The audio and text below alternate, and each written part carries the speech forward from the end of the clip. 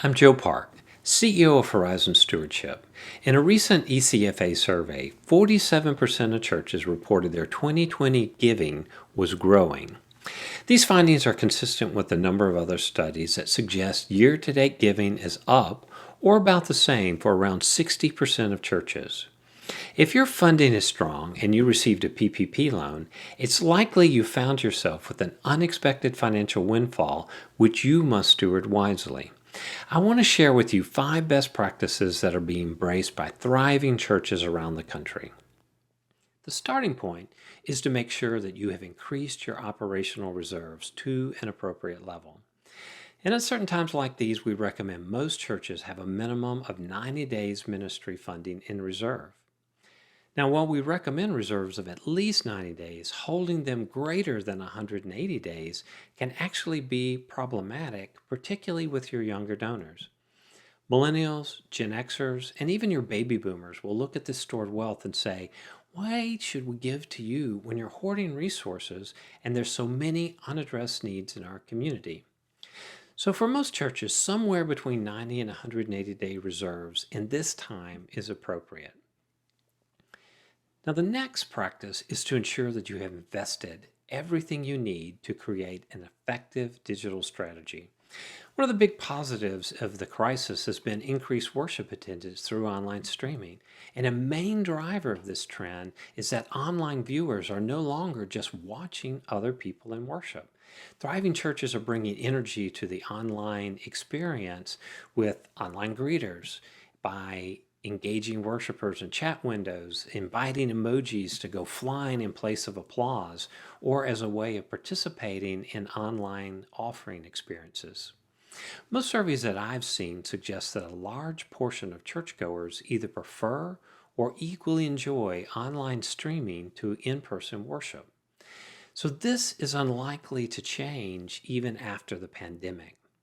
Now, the challenge for most churches is they have not made the significant human and financial investment to continue to provide both a high-quality online worship experience and in-person once in-person worship returns. If you've not already funded your long-term digital strategy, I encourage you to make it a priority. Another practice being widely embraced is mid-year rebudgeting to allocate resources or to reallocate resources from less fruitful activities to more fruitful. This requires assessing the needs of your church and mission field today, as well as projecting what ministry will look like in the next normal. Ask yourself, your staff, and your leaders, what's working well today and needs more resources? What needs to be tweaked to be more effective? And perhaps the most critical question is, what do we need to stop doing? In many cases, the things you need to stop have not been happening during the pandemic. So don't lose this opportunity to say goodbye to the activities that are no longer producing a return on the resources you're investing in them.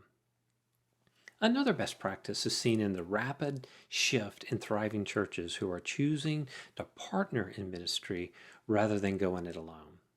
These churches are increasingly investing their financial resources and volunteer hours with organizations who are already skilled in and having success in the areas these churches want to impact. Following a partnership strategy like this allows your church to respond to our changing world more nimbly, to keep overhead costs down, and to accelerate how quickly you can make a ministry impact. Before launching a new ministry in your community, carefully and prayerfully vet organizations who are already doing that work well and see if a partnership with them may be right for you. The final best practice is to consider partnering with other churches who could benefit from your skills and resources. The president of the Barna Group suggests that as many as 2 out of 5 churches may close in the next few years simply because they are unable to make the adjustments necessary to survive in a post-pandemic world. Think about how you might come alongside one of those churches and help them thrive like you are. The bottom line is this. If your funding is strong, I hope you are giving prayerful consideration as to how you are going to faithfully steward those resources in the next normal. If you need information on how to go about the rebudgeting process, we have a great resource called Cash Flow Management, Rebudgeting, and Financial Strategies for 2020. There's also a section in our recently published church funding guide that deals with the rebudgeting process and the adaptive challenges that you will encounter as you begin to reallocate resources. You can find both of these in our free online resource library at giving365.com. Giving365.com contains over 200 videos, blogs, ebooks, and published articles, along with other generosity-related resources. As always, you don't have to go it alone. If Horizons can help, please reach out to us at horizons.net. We are providing free one-hour conversations with skilled ministry strategists who can share what they have seen work in other churches. Stay strong.